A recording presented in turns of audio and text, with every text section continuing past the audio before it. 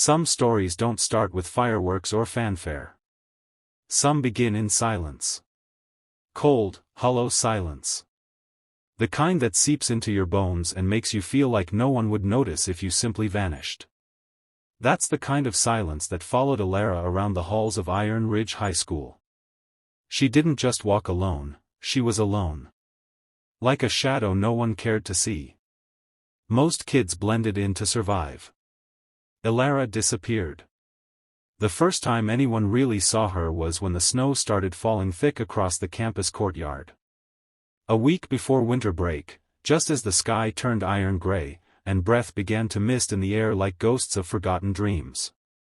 Students huddled in groups, laughing and complaining about exams, while Alara stood in the corner of the quad, her threadbare scarf pulled tight, her hands clutching a notebook to her chest like it was her only shield from the world. The pages inside were full of poems, secrets, pieces of her soul she couldn't say out loud. She never thought anyone would read them. She never wanted anyone to. But life has a cruel way of testing those who never ask to be tested. And in the cruel microcosm of high school, where insecurity wears the mask of cruelty, and kindness is often seen as weakness, Alara became a target. If you believe in kindness, second chances, and the power of inner strength, please take a moment to like this video, share it, comment your thoughts below, and subscribe to the channel. It helps us continue sharing real, emotional stories that matter. Alara had transferred to Iron Ridge High 3 months earlier, after her mother lost a brutal battle with breast cancer. Her father, a quiet, grieving man who barely spoke since the funeral, had taken a new job in the city and hoped a change of scenery would help them both heal. But grief doesn't fade with a new address. It clings, gnaws, and lingers like fog. Alara barely spoke in class. She avoided eye contact. She never ate lunch in the cafeteria, choosing instead to sit behind the gymnasium or in the library with her earbuds in and her thoughts far away. To most, she was a ghost. But to 3 students, Bryce, Layla, and Mason, she was the perfect plaything. It began with smirks and sideways glances. Then came the whispers. Creepy girl. Is she mute or just broken? Bet she writes horror stories in that notebook. One day, Layla knocked her books out of her hands, by accident, and laughed when Alara knelt to pick them up. Bryce filmed it. Mason edited the video and added eerie music. They posted it to a group chat and called it Level 1 of Squid Game, High School Edition. At first, no one thought much of it. Just typical bullying. But these weren't typical bullies. They were calculated. Obsessed with control. And they were hooked on the idea of turning Alara's life into their own twisted reality show. Every Friday after school, they invented a new game. They'd text her anonymously, leave notes in her locker, or whisper dares as they passed her in the hall. The rules were always simple, but the consequences were humiliating. One week, she had to walk blindfolded through the gym during PE. Another, she was forced to recite a fake love letter in front of her math class. Bryce filmed everything. Layla crafted the narratives. Mason ensured the games got more intense with each round. And Alara never said a word. Not to them. Not to anyone. She endured every game in silence. What they didn't know was that Alara had survived something far worse than humiliation. She had sat beside her mother in a hospital room, holding her hand as the beeping machines slowed. She had watched her own father break apart in silence, unable to say goodbye. The coldness of high school cruelty didn't compare to the hollow ache of losing the one person who made the world feel safe. Still, the games hurt.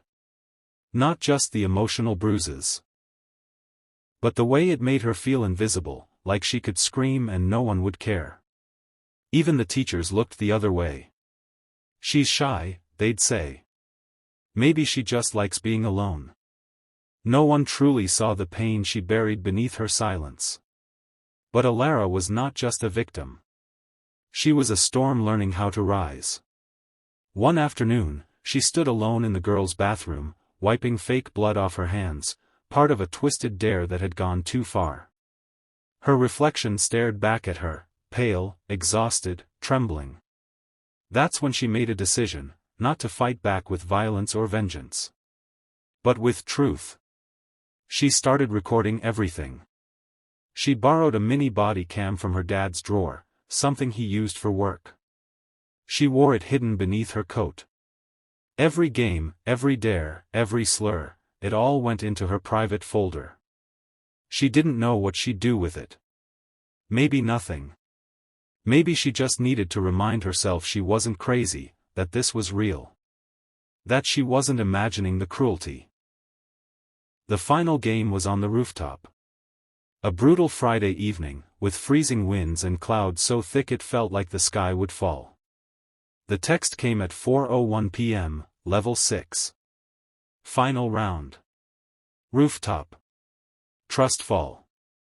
They made her climb the fire escape. The rooftop was slick with ice. Bryce stood grinning, Layla chewing gum, Mason holding his phone steady. Stand at the edge, they said. Close your eyes. Fall backward. If you trust us, we'll catch you.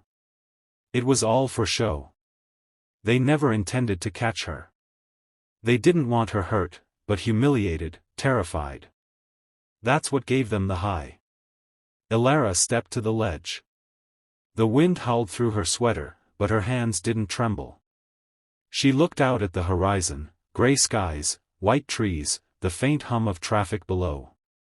Then she turned slowly, faced them, and, for the first time, she spoke. Her voice was soft but clear, layered with something none of them expected, strength. You think you're in control. That this is your game. But I've been playing one, too. They stared, stunned. You didn't break me. You revealed me. And now, the truth gets to speak louder than fear. From her coat pocket, she pulled a flash drive. Every game. Every word. Every video. It's all here. And then, she walked away from the edge. She didn't fall. She rose. The video she uploaded that night didn't just show the games, it showed her. Her pain. Her silence. Her dignity. She edited the footage like a documentary, with quiet piano music playing under each scene.